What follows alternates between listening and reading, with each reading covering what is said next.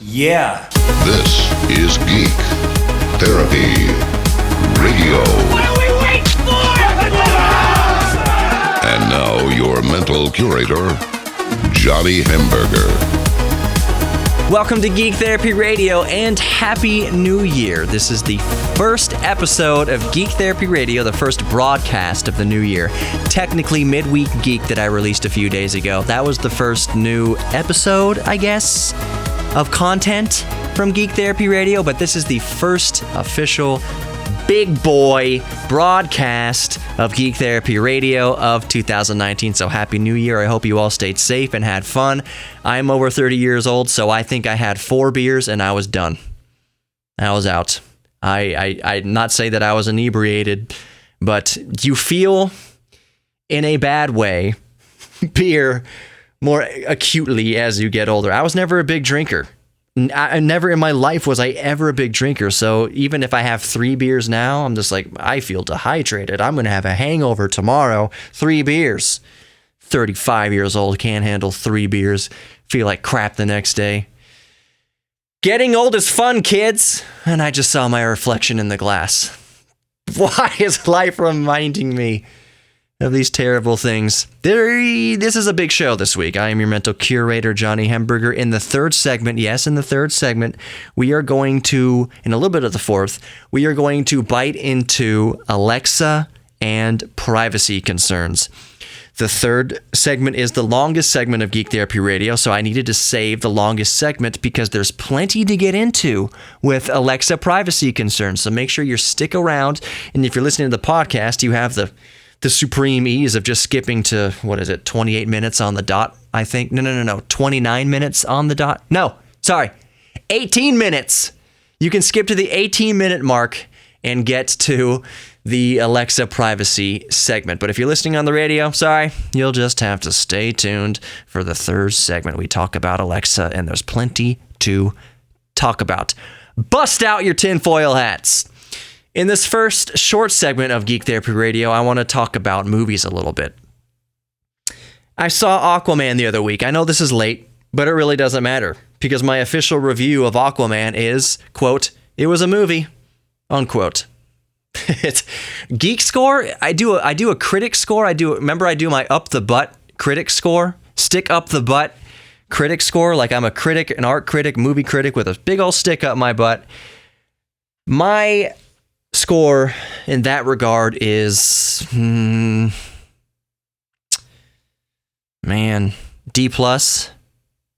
I give it a D+ if I'm going to act like a real stick up my butt critic. Now I'm going to give it a geek score that you're coming to the movies just to have a good time and have fun. And if you don't want your money back, that's a good thing. So I will give it the official Geek Therapy Radio geek score of C+. It's a one and doneer. If you see the movie once, that's it. That's all you need. Nothing to go back to. There were some action scenes that were fun. There were some really just unforgivably corny dialogue moments. And I have nothing. The only actor what's her face was in it. Oh gosh, I'm blanking out on her name. It'll come to me in a second. Jason Momoa, he's the hunk to get you in the doors because I don't remember Aquaman ever looking like that. But the best Aquaman movie I ever saw was The Waterboy with Adam Sandler, the original Aquaman. So it sounds like I'm stalling or I'm just kind of treading water here. Get it? Aquaman, treading water. But it really wasn't that great of a movie. Geek score of C+. Movie critic stick up my butt score, D+. It just wasn't that great, but I didn't want my money back. I'm really glad. I shouldn't really say this. Next movie. I haven't seen it. And maybe it's good that I haven't seen it. That is, what is it? Sherlock Holmes and Watson and Holmes. The new Will Ferrell and John C. Reilly picture. John C. Reilly and Will Ferrell have done awesome movies, including Step Brothers and Talladega Nights. Those 2 movies especially were amazing. They were hilarious. The Rotten Tomatoes score, and that's all I can go by since I haven't seen the movie, so I can't offer any critiques to it that I since I haven't seen it. But Rotten Tomatoes, I think it's currently at 8%. Single digits. I think Rotten Tomatoes gave Aquaman like 63%, which I think was pretty darn accurate. But yeah, Holmes and Watson and Holmes, or whatever that movie's called, Will Ferrell, John C. Reilly, 8% Rotten Tomatoes score. 8%.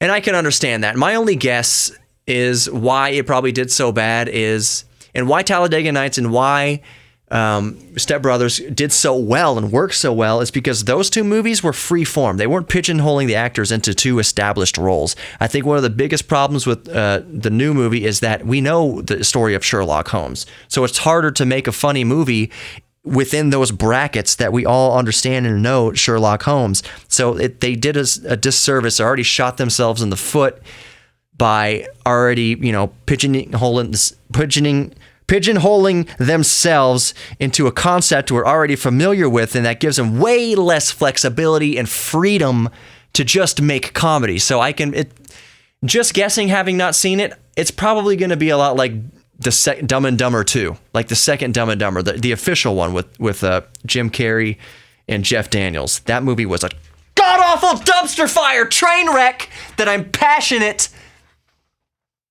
I'm so pissed that I saw that movie. I will not forgive my brothers for making us rent that movie in the hotel room. It was horrible. $15 down the drain. God-awful trash. How do you really feel about Dumb and Dumber 2, Johnny? I hated that movie. So I can understand why Holmes and Watson, or whatever the heck it's called, probably did badly. It's probably like that. It's probably pretty dumb. But I'll probably see it just to see why it gets 8%, why people hate it, why people are walking out of it. Seems like it's probably just a really stupid movie. And that's movies on Geek Therapy Radio. You know what doesn't suck? Great beer, great food, and arcade games with a little karaoke thrown in there. 5317 Washington Avenue, that's where Kung Fu Saloon sits. 5317 Washington Avenue, Kung Fu Saloon. Eat beer, like I say, if it's cold enough. Eat great food and play arcade games. What more could you want? Kung Fu Saloon, 5317 Washington Avenue, and kungfusaloon.com for more information. Audi Central Houston and AudiCentralHouston.com. I still love my 2010 Audi S5. You can find an Audi in every budget at Audi Central Houston, from a used A3 to the brand new R8. Audi Central Houston has you covered, and tell them Geek Therapy Radio sent you. Start your search at AudiCentralHouston.com.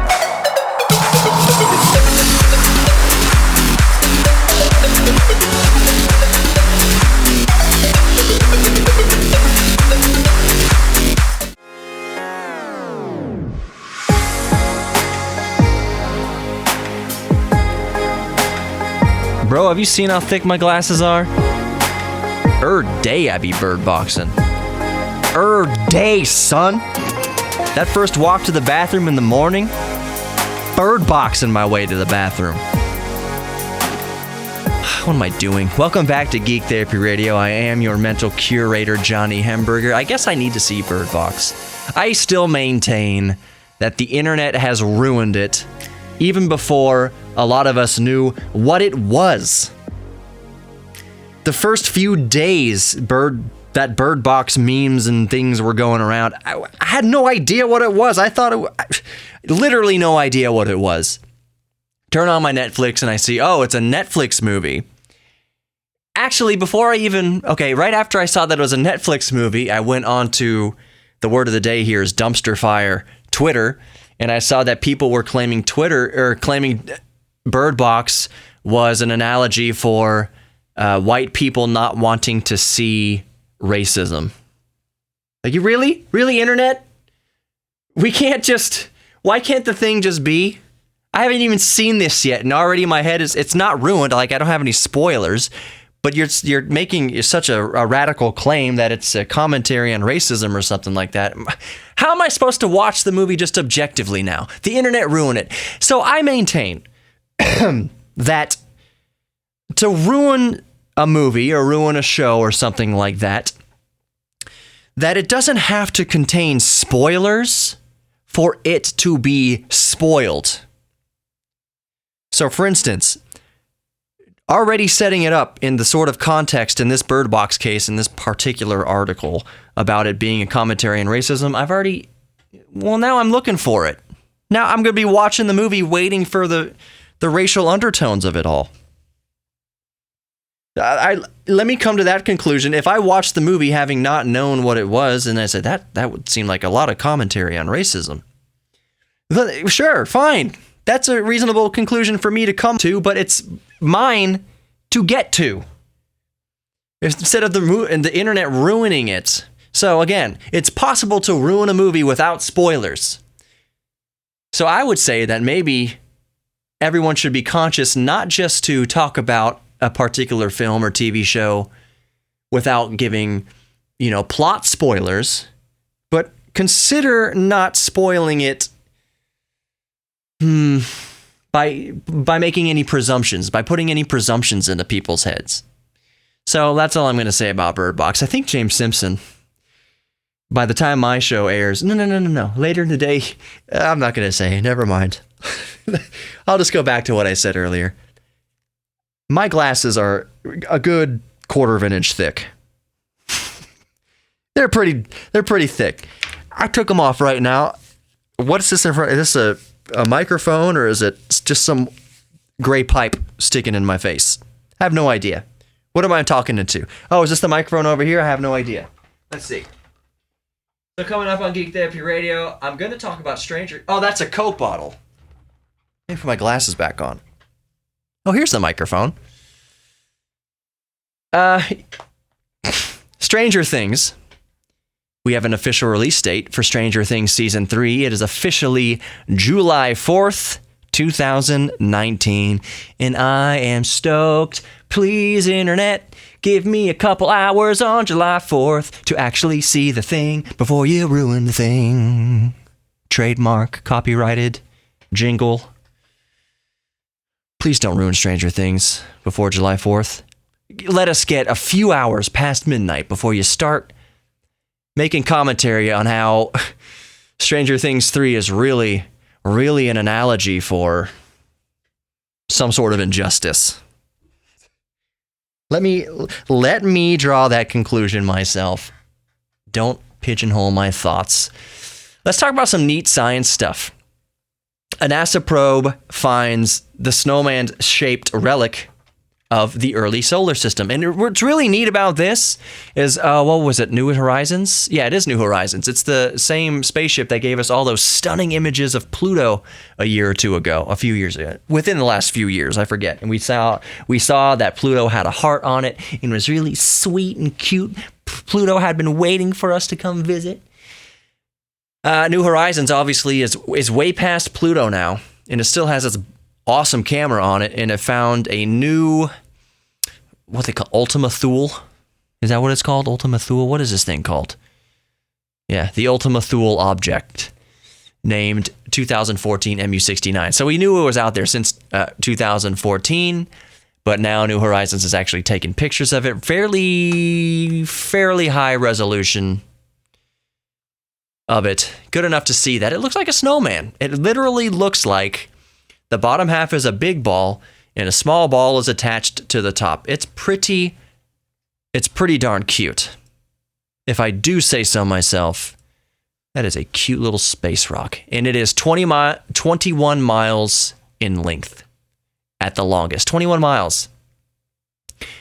I wonder if the gravity's so low you could jump from one side of it and all the way land on the top. Maybe if you jumped, you might go into orbit. Maybe that's how low the gravity is for an object, 21 miles in total length.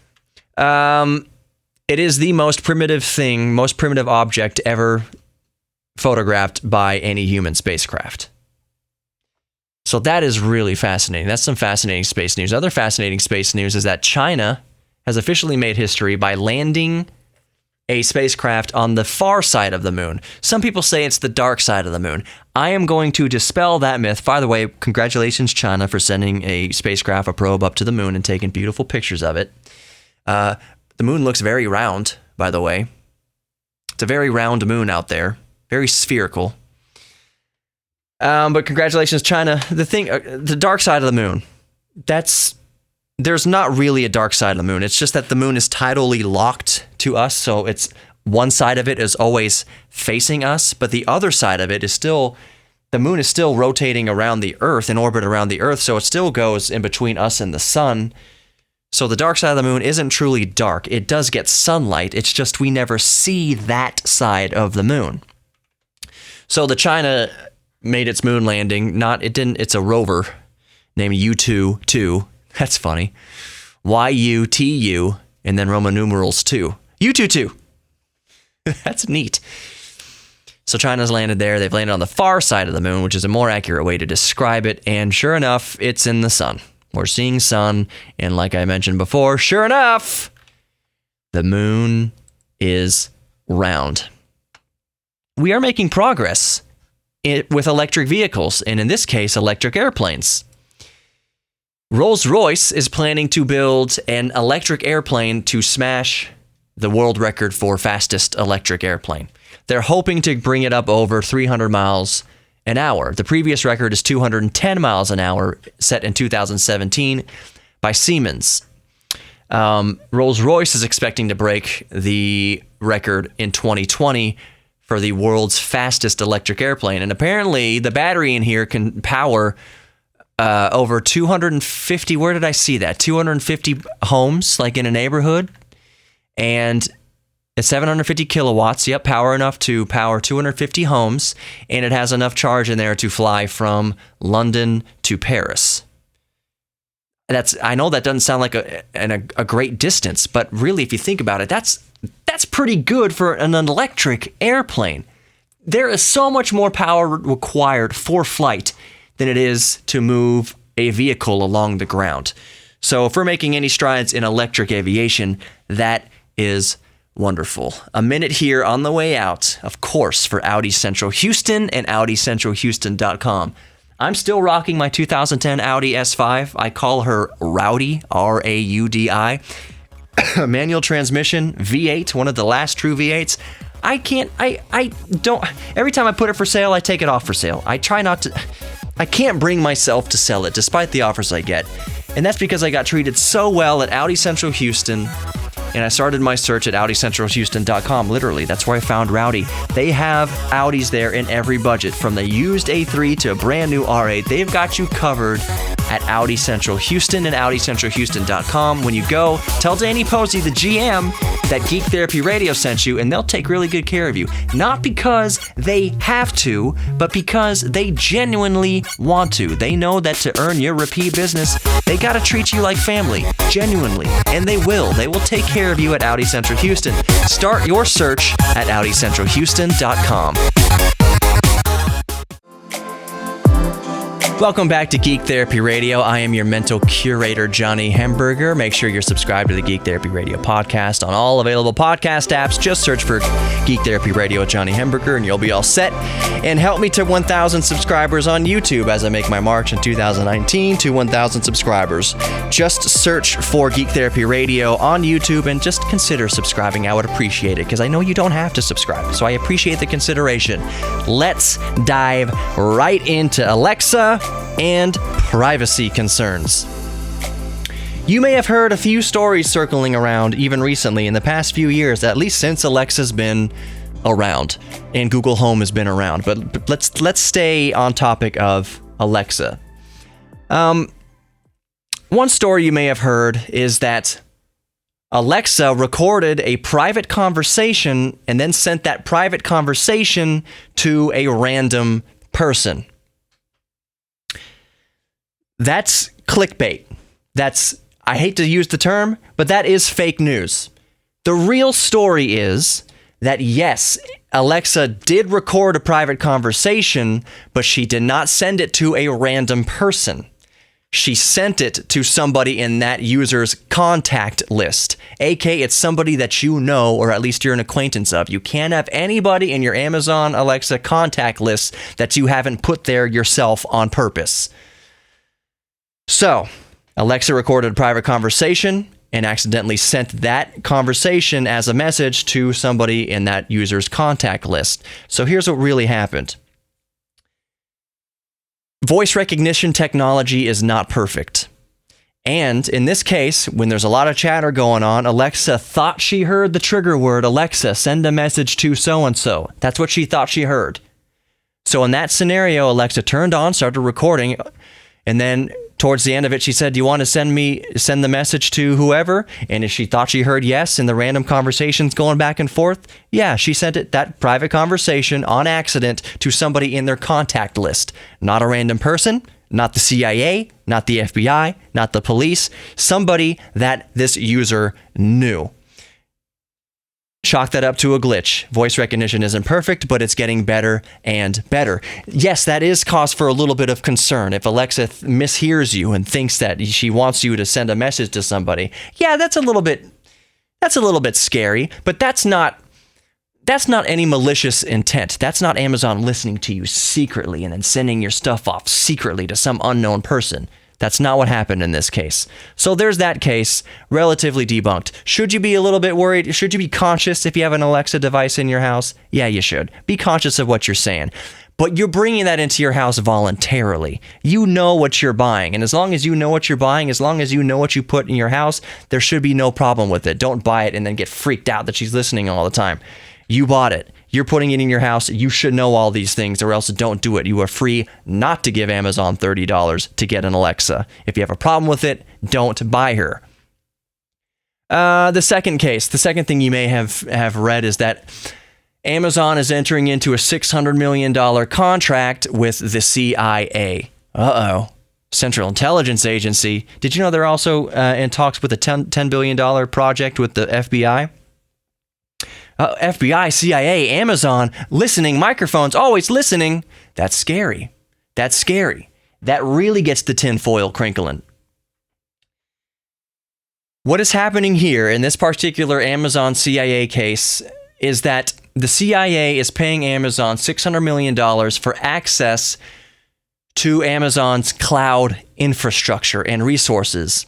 It may come as no surprise, or may be surprise to some of you, that private businesses like Amazon and General Electric and all sorts of other companies do enter into contracts with things like agencies like the military or government agencies or outside agencies, whatever. They don't make all their money from selling you dish soap.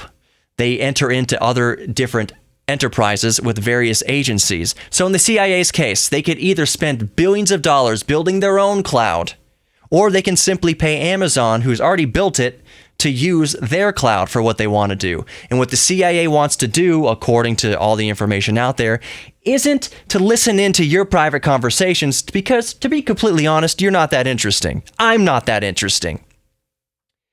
The CIA is trying to use Amazon's cloud resources to conduct big data and artificial intelligence open source experiments. Not to spy on you, but to conduct private experiments, open source experiments using big data and artificial intelligence and whatever. It's not to spy on you. It's basically to use Amazon's hardware that already exists and it's already built, so the CIA doesn't have to invest that capital into building this stuff. Just to use what already exists with Amazon. Amazon says, yeah, you can use it for your open source experiments. Sure. It's not to spy on you. Next case, you've heard of there's murder cases, and the local law enforcement tries to subpoena Amazon to give up whatever information is on the Alexa if she heard anything near to or around the time of these murders in these homes.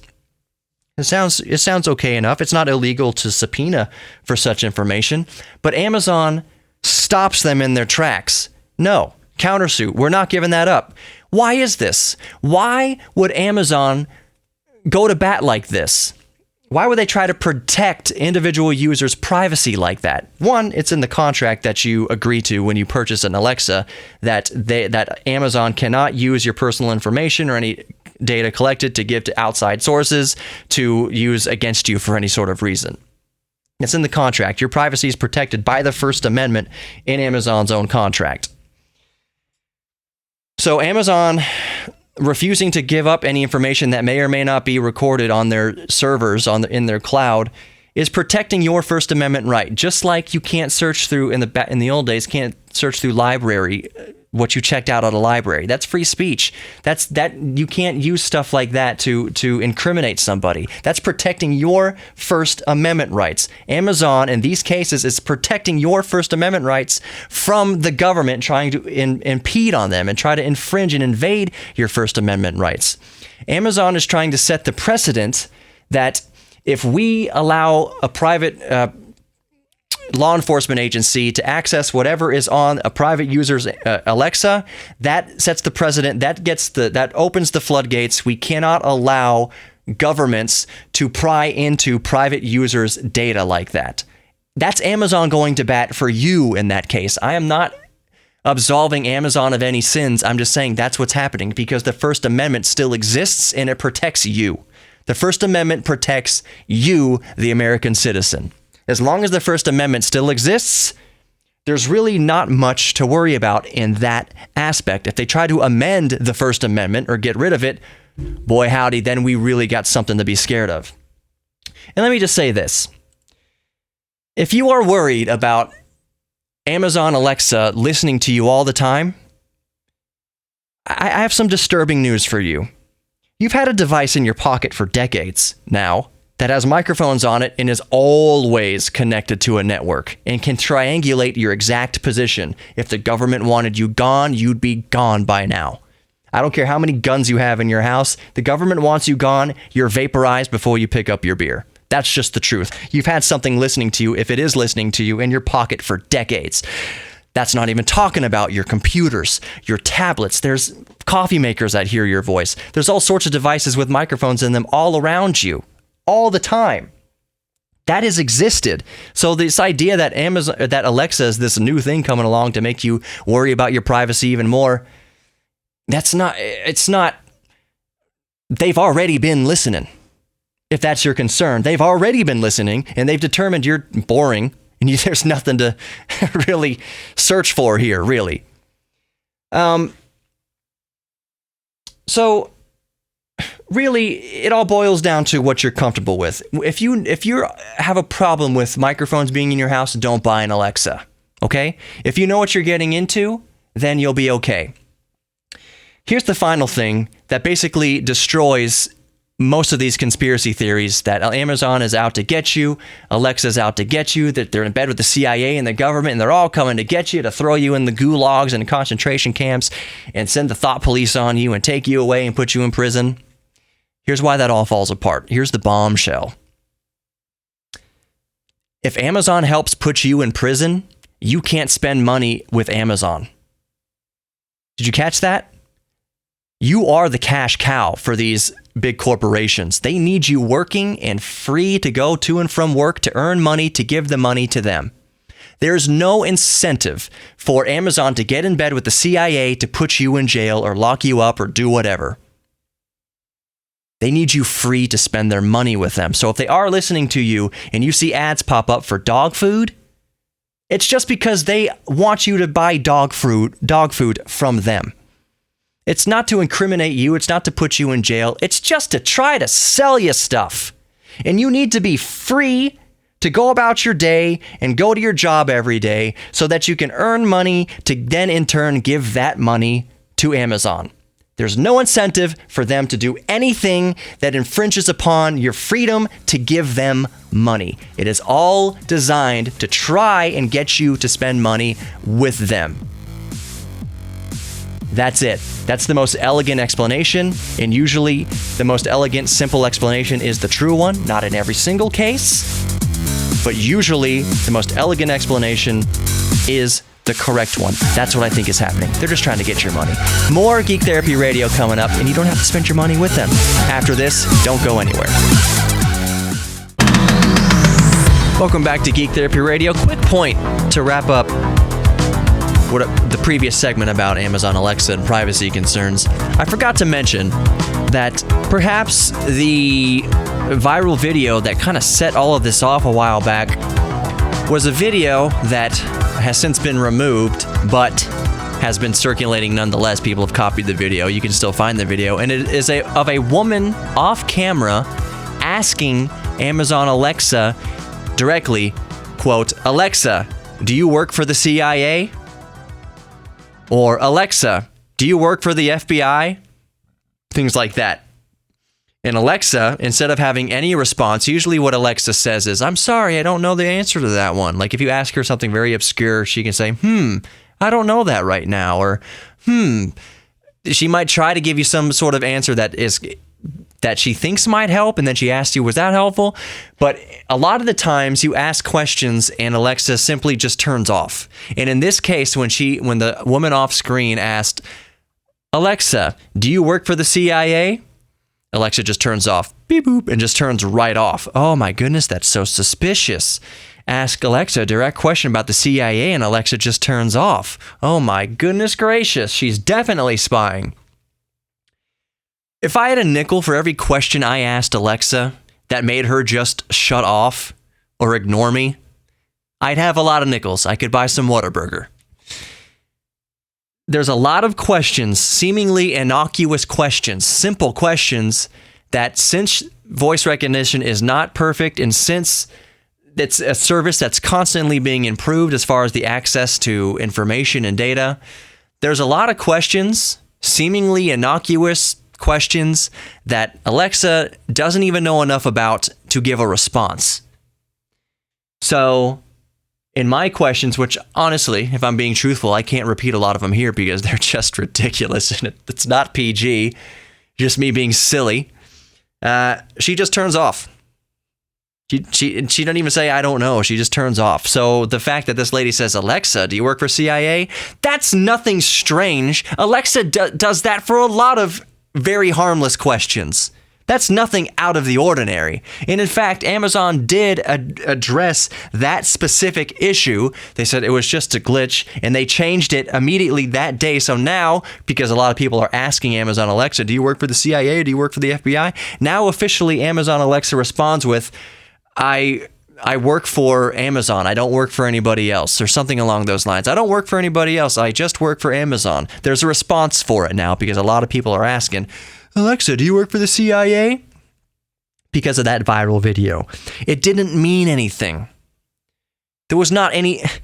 You can believe what you want to believe. Of course, you are free to just freely believe whatever you want to freely believe about that with the information given from a video like that. Yes, it looks very suspicious. It's supposed to. That's what the video was designed for. But there's no evidence backing it up.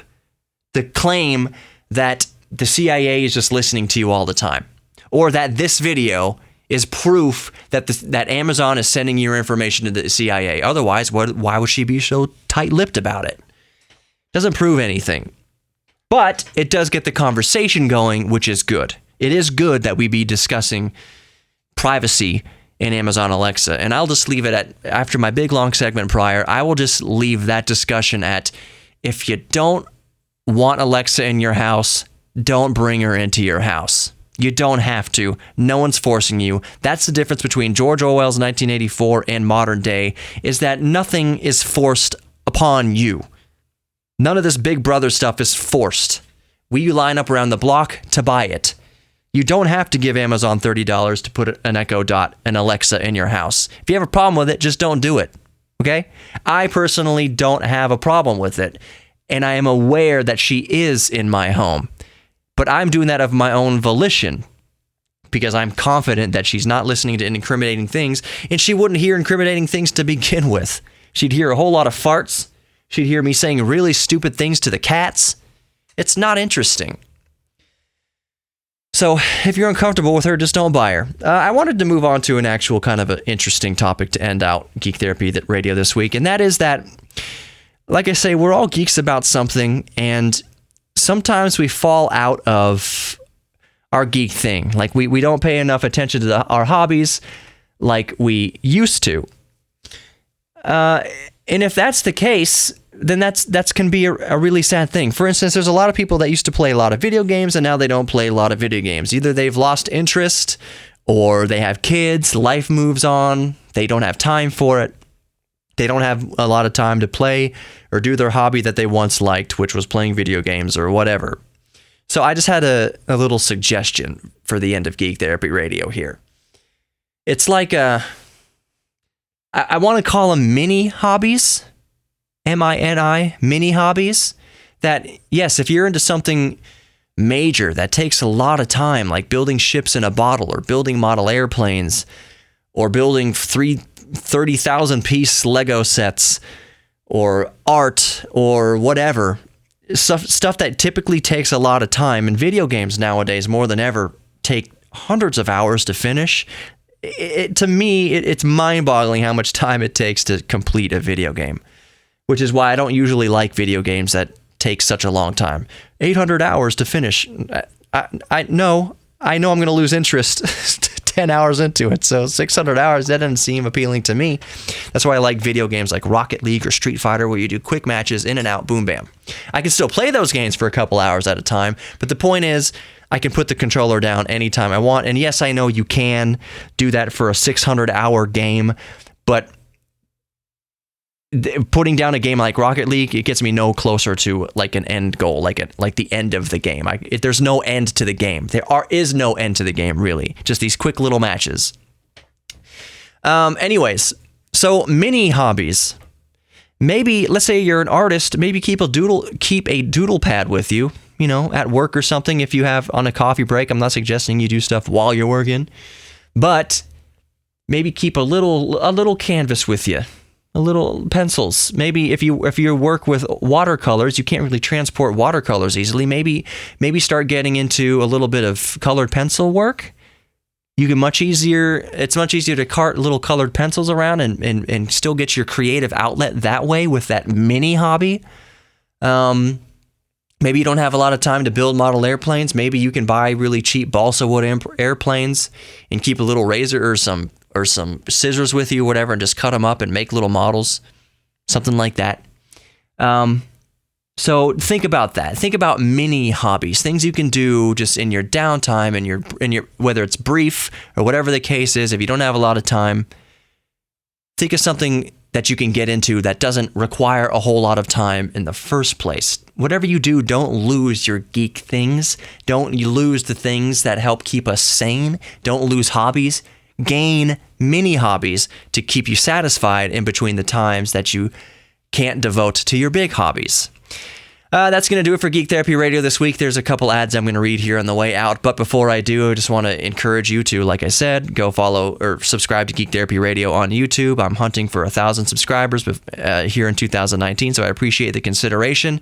Most importantly, be good to each other. Be good to yourself especially. Find some mini hobbies to keep you sane and keep you satisfied and keep you fulfilled, you know? That's what hobbies are for. So if you don't have time for big hobbies, find some mini hobbies, but really be good to each other. Be good to yourself through those mini hobbies or whatever it is you do that can be good to yourself, because it's hard to be good to others when you can't be good to yourself. So please don't forget to be good to yourself. Until next time, I'll see you next week. Thank you for listening to Geek Therapy Radio. Here come some ads to pay some bills. WorthTheWeight.co. WEIGHT. Look, geeks, sometimes we need help with our nutrition. You can't keep eating Big Macs and Whoppers and expect it never to go to your gut. I'm living proof that they do. WorthTheWeight.co for all your nutrition needs. Audi Central Houston and AudiCentralHouston.com. They've got an Audi in every budget, just like I've always said, from a used A3 all the way up to a brand new Audi R8, and Audi in every budget at Audi Central Houston and AudiCentralHouston.com. I was able to go to a party at Audi Central Houston over the holidays and actually got to sit inside of and feel and look at brand new 2019 Audi A6s, the A8s, the brand new first time ever Audi Q8, and of course, the all-new Audi e-tron that doesn't burn any fuel at all. When you go to Audi Central Houston, tell them that Geek Therapy Radio sent you, and they'll take great care of you. They'll treat you like family at Audi Central Houston and AudiCentralHouston.com.